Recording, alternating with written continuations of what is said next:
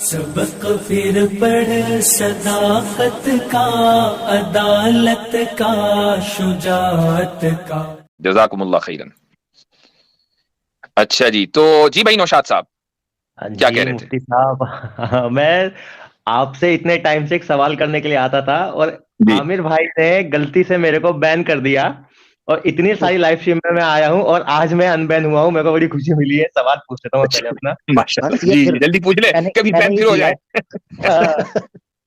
میں نہیں کر دیا آپ کو جی. وہ اس دن آپ نے غلطی سے کر دیا تھا.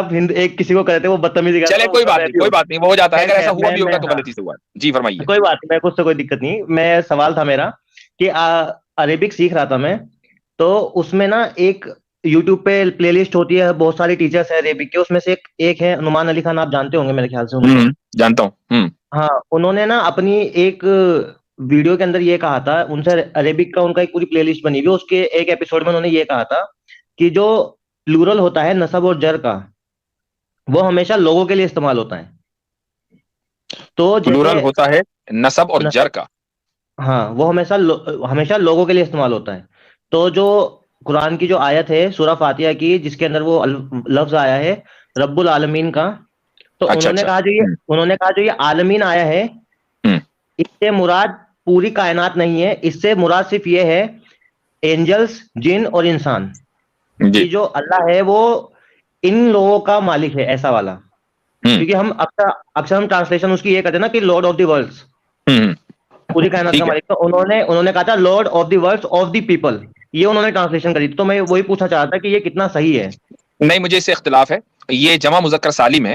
یہ بات درست ہے ان کی کہ جمع مذکر سالم جس کو ہم کہتے ہیں وہ صرف ان کے لیے آتا ہے کہ جن میں ریشنلٹی ہو، یعنی جن میں کانشیسنس اس لیول کا ہو جیسے انسان میں ہوتا ہے. یہ بات تو درست ہے، لیکن ہر جگہ یہی اصول چلے اور اس میں کوئی ایکسیپشن نہ ہو ایسا نہیں ہے. عربی زبان کے جو اصول ہیں ان میں پتہ نہیں کتنے ایکسیپشنز ہوتے ہیں. اب مثال کے طور پر جمع مؤنث سالم ہے، جمع مؤنث یعنی تو مذکر سالم ہے، مؤنث سالم ہے، وہ بھی صرف انہی یعنی انسانوں کے لیے ہوتا ہے لیکن فیمیل کے لیے.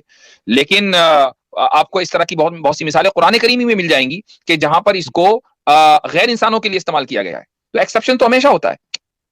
تو اسی کے لیے میں، اگر آپ میرے کو کوئی وہ کر پائیں، کوئی ریکمینڈ کرے کوئی بک یا کچھ جہاں سے میں عربک سیکھ پاؤں.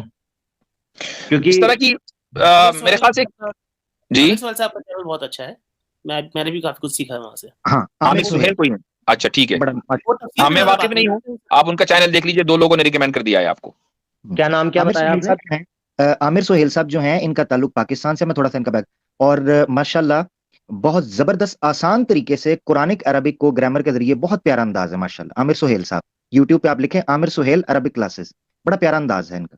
جی شکریہ میں کرتا. اور عامر بھائی کوئی آپ اردو سیکھنے کے لیے کچھ بتا دیں، کوئی کتاب وغیرہ. میں خود ہندی سیکھ رہا ہوں، آپ کہتے ہیں اردو سیکھنا. ہندی تو مجھے آتی ہے، میں اردو سیکھنا چاہ رہا تھا اس لیے. اردو کی پہلی کتاب سے شروع کریں آپ. جی ٹھیک ہے، اسی نام سے ملتی ہے اردو کی پہلی کتاب، شاید 8-9 حصے ہیں، پورے پڑھ لیجیے انشاءاللہ آ جائے گی. ٹھیک ہے، چلے رہیے، شکریہ بہت بہت. اچھا اسی حوالے سے نا یہ بھی چیز کلیئر کرتے ہیں کہ جیسے ہم لوگ جیسے سیکھ رہے ہیں عربک، تو ہمارے لیے بیسٹ ڈکشنری کون سی ہے؟ تو جو لوگ سیکھ رہے ہیں وہ ان کو تھوڑا فائدہ مل جائے گا. بیسٹ کیا کون سی؟ دوبارہ بولیں. Best dictionary. ہاں وہ ڈیپینڈ کرتا ہے کہ آپ کی اوریجنل لینگویج کیا ہے. اگر آپ کی انگلش ہے تو ہینسویئر اچھی ڈکشنری ہے، اور ہندی سے میں واقف نہیں ہوں، لیکن انگلش سے اگر آپ سیکھنا چاہتے ہیں تو ہینسویئر ایک اچھی ڈکشنری ہے. اردو میں جو چل رہی ہے بڑی اچھی، وہ القاموس الوحید بھی ہے اور الوسیط بھی ہے. الوسیط بھی ہے. پاکستان میں میری اپنی ڈکشنری لکھی ہوئی موجود نہیں ہے، لیکن انڈیا میں بہرحال ہے. میری ڈکشنری ہے القاموس العصری. تو یہ ٹرائی لنگول ہے، اس میں تقریباً 75,000 انٹریز ہیں. تو یہ ٹرائی لنگول ہے، اس میں انگلش، اردو اور عربک.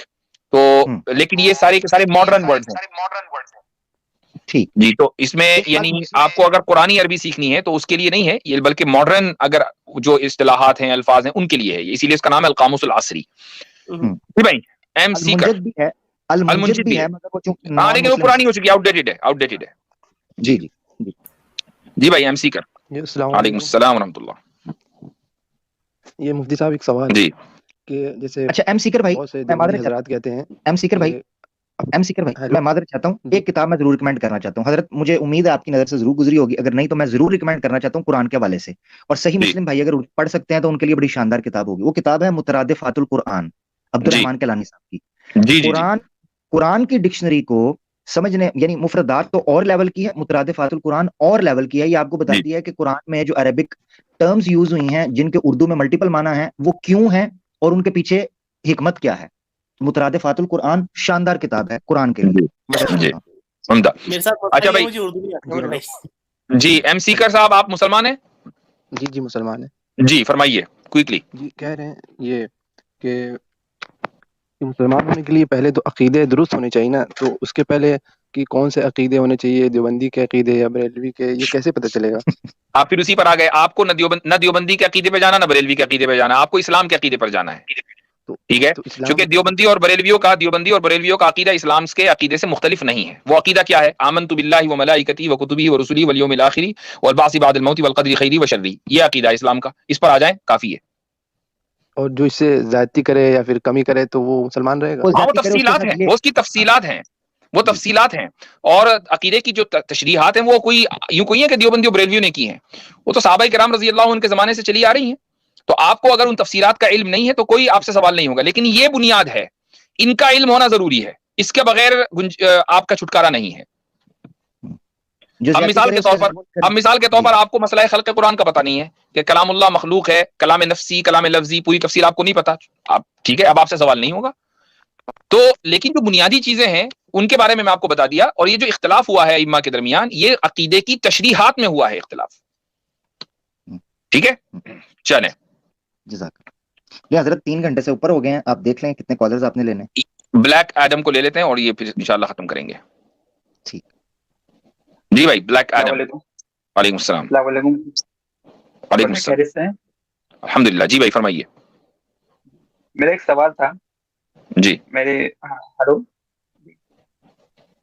ہلو آواز آ رہی مفتی صاحب؟ بولیے بھائی، بولیے. میرا ایک سوال تھا قیامت سے ریلیٹڈ کے لیے. قیامت سے ریلیٹڈ میرا سوال تھا کہ جی بھائی محترم بولیے. چلیں ٹھیک ہے، تو چلیں ختم کرتے ہیں. وہ بول ہی نہیں پا رہے ہیں، کوئی مسئلہ ہے ان کی طرف سے. تو انشاءاللہ سنڈے کو ہو سکتا ہے کہ پھر ملاقات ہو انشاءاللہ تعالی اپنے وقت کے اوپر. تو آج کے لیے اتنا ہی. آپ حضرات نے شروع سے لے کر اس وقت تک ساتھ دیا. ہمارے شیخ عمر انصاری صاحب تاخیر سے آئے، کاش کے جلدی آ جاتے تو مختلف گفتگو میں شامل رہتے، لیکن چلے کوئی بات نہیں انشاءاللہ تعالی. لیکن بڑا اچھا لگا، آپ سبھی حضرات نے ساتھ دیا. جزاکم اللہ خیرن، بہت بہت شکریہ. انشاءاللہ آئندہ وقت پہ آنے کی کوشش کی جائے گی انشاءاللہ. چلے ٹھیک ہے، بارک اللہ فیکم، والسلام علیکم ورحمۃ اللہ وبرکاتہ. وعلیکم السلام ورحمۃ اللہ وبرکاتہ. سبق پھر پڑھ صداقت کا، عدالت کا، شجاعت کا، لیا جائے گا تجھ سے کام دنیا کی امامت کا. سبق پھر پڑھ صداقت